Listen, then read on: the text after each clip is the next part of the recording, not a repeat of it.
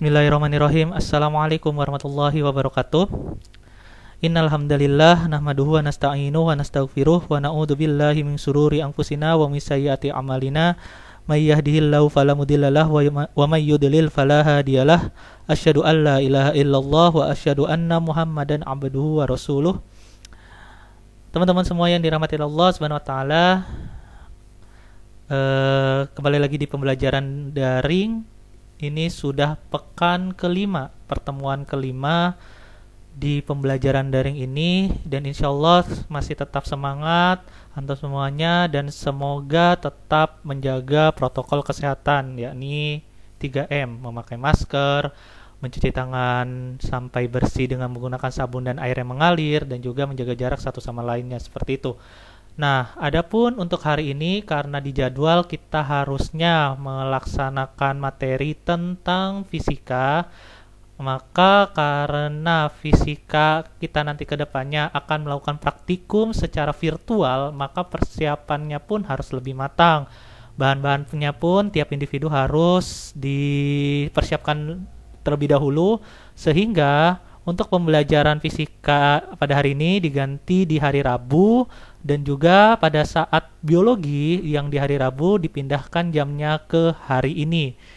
Nah, jadi hari ini kita akan membahas tentang biologi. Nah, next kita akan membahas langsung pada inti dari biologi itu sendiri. Kita murojaah terlebih dahulu bahwasanya kita sudah membahas terkait masalah virus. Nah, virus, apa itu pengertiannya virus? Lalu bagaimana reproduksi virus, bagaimana karakteristik dari virus itu sendiri, dan struktur dari virus itu secara umum seperti apa saja, dan bagian mana aja. Dan juga kita sudah membahas virus itu mengapa sebagai makhluk setengah hidup atau setengah makhluk hidup gitu. Nah, itu sudah kita bahas semuanya. Mungkin kalau misalnya antum semuanya masih belum paham, silahkan hubungi Bapak, seperti itu.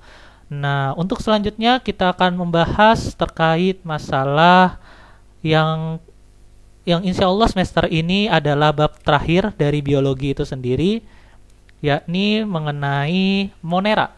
Apa itu Monera? Dan bagaimana kita mengetahui secara rincinya nanti ke depannya Monera itu seperti apa?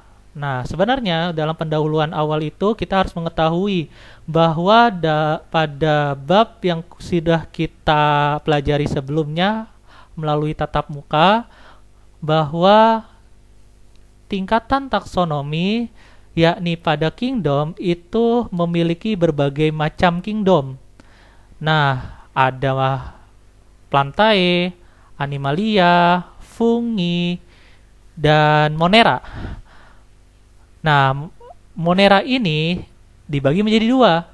Ada Archaebacteria dan juga ada Eubacteria.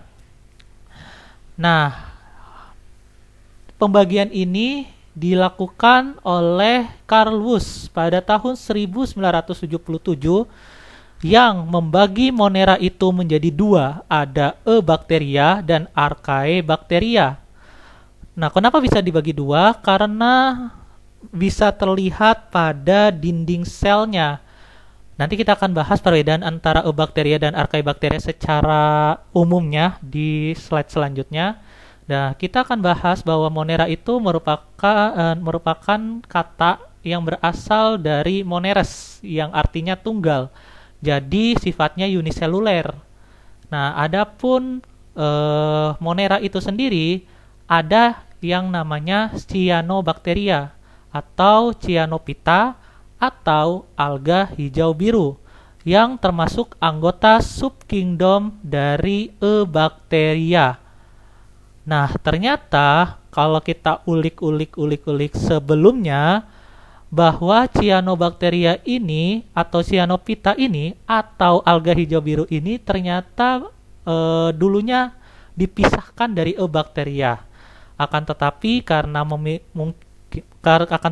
karena adanya penelitian lebih lanjut, dan ternyata Cyanobacteria ini masuk ke dalam subkingdom dari Eubacteria. Jadi itu tadi bahwa cyanobacteria ini memiliki struktur yang sama dengan Eubacteria.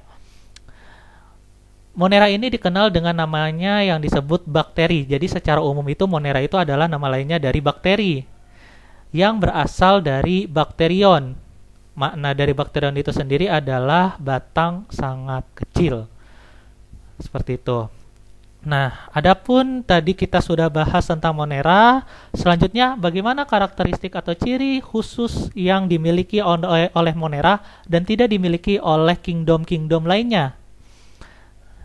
Ini dia, ciri-ciri dari Monera, bahwa Monera itu tersusun atas satu sel. Tadi kita sudah menyebutkan bahwa Monera itu berasal dari kata moneres, yang artinya tunggal. Artinya, Monera ini tersusun atas satu sel saja, yang disebut dengan uniseluler. Nah, selanjutnya ada yang disebut, ciri-ciri selanjutnya adalah bentuk selnya yang bervariasi. Ada yang bacillus atau berbentuk batang, ada kokus, ada yang berbentuknya lingkaran, bulat, atau ada yang spiral. Nah, selanjutnya bentuk sel tersebut ada yang juga bersifat koloni atau mengumpul jadi satu dari satu individu itu udah gabung menjadi satu, jadi berkelompok gitu. Itu yang disebut dengan koloni. Dan juga ada yang tidak koloni. Nah, apa saja bakteri-bakteri tersebut nanti kita akan bahas di pertemuan selanjutnya. Nah, selanjutnya ada tipe sel prokariotik. Jadi, tipe sel prokariotik itu sendiri bahwa secara umum Monera ini tidak memiliki membran inti sel. Jadi, kita sudah bahas sudah lama waktu pembelajaran sebelumnya bahwa sel itu dibagi menjadi dua. Ada sel prokariotik, ada sel eukariotik. Sel prokariotik itu sendiri adalah sel yang tidak memiliki membran inti sel. Sedangkan sel eukariotik adalah sel yang memiliki membran inti sel. Jadi contoh dari sel prokariotik itu sendiri adalah Monera. Sedangkan sel eukariotik itu sendiri contohnya apa? Plantae dan Animalia.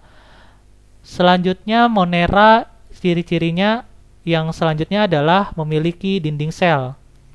Jadi secara umum Monera itu memiliki dinding sel. Adapun kandungannya itu yang membedakan Monera dibagi menjadi dua. Ada Eubacteria, ada Archaebacteria. Jadi Eubacteria ini memiliki dinding sel, tetapi kandungannya itu ada pada peptidoglikan. Jadi Eubacteria ini memiliki kandungan dinding selnya berupa peptidoglikan. Akan tetapi pada Archaebacteria ini dinding selnya tidak memiliki peptidoglikan.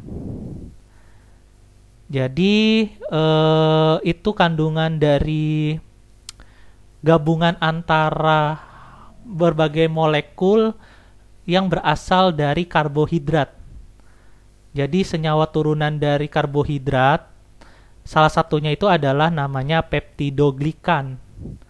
Nah, itu yang terkandung dalam dinding selnya bakteri. Eubacteria tidak mengandung peptidoglikan, Archaebacteria Eubacteria itu mengandung peptidoglikan, Archaebacteria tidak mengandung peptidoglikan.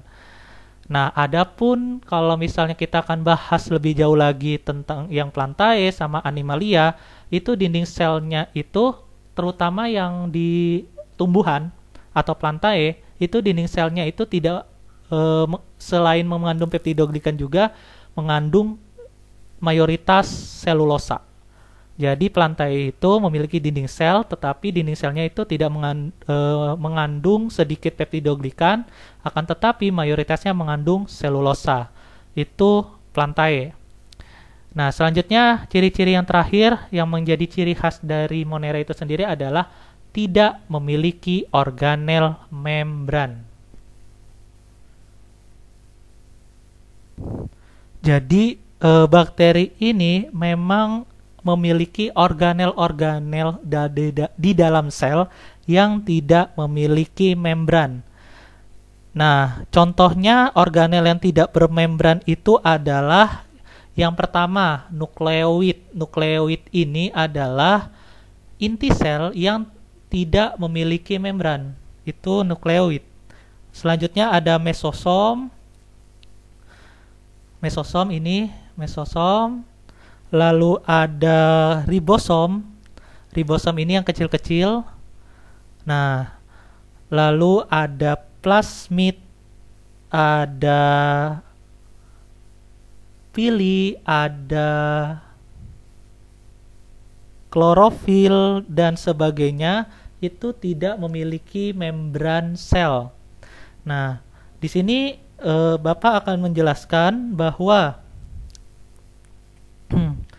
mesosom itu, yang mesosom ini fungsinya adalah untuk pabrik energi.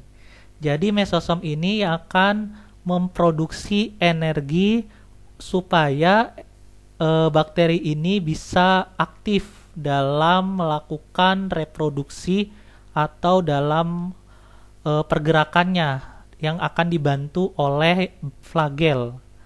Jadi mesosom ini yang memproduksi energi, dan flagel ini yang membantu untuk melakukan pergerakan ke sana kemari, ke mana-mana seperti itu. Itu yang disebut dengan mesosom dan flagel. Flagel itu adalah ekornya dari bakteri itu sendiri. Nah, selanjutnya ada yang sitoplasma. Sitoplasma itu adalah tempat berlangsungnya reaksi metabolik. Metabolisme di dalam bakteri itu yang berfungsi adalah sitoplasma. Sitoplasma itu adalah cairan di dalam sel. Nah, selanjutnya ada DNA-nya atau nukleoid. Jadi nukleoid itu isinya adalah DNA-nya untuk pengontrol sintesis protein dan pembawa sifatnya. Itu adalah DNA atau nukleoid. Lalu ada plasmid, itu adalah pembawa gen tertentu yang dapat ditransformasikan ke sel lain. Plasmid ini yang paling penting, karena plasmid ini yang berwarna kuning ini itu akan menjadi penentu atau membantu proses reproduksi atau yang membantu proses pembelahan. Jadi nanti reproduksi itu akan dibagi menjadi dua, ada bakteri itu, ada reproduksi aseksual dan ada reproduksi seksual. Nah, selanjutnya ada ribosom. Ribosom itu fungsinya adalah, ini yang paling penting, untuk sintesis protein.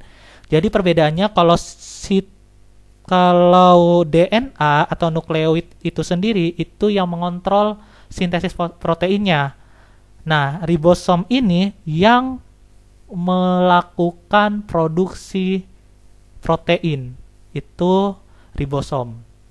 Nah, jadi yang Bapak tunjukkan ini adalah gambar dari Eubacteria atau bakteri yang benar-benar benar-benar ya bakteri gitu, sifat sejatinya dari bakteri gitu. Nah, Eubacteria ini merupakan mikroorganisme dengan rata-rata panjangnya 2-3 mikrometer, dengan lebarnya 1-2 mikrometer, dan diameternya itu adalah 1 mikron. Nah, itu adalah Eubacteria. Nanti kita akan bahas lebih lanjutnya tentang Eubacteria itu sendiri, terkait masalah reproduksinya, terkait masalah pembagian klasifikasi dari Eubacteria itu sendiri, dan segala macamnya dan lain-lain. Nanti setelah itu kita akan bahas tentang Archaebacteria lebih lanjut seperti itu.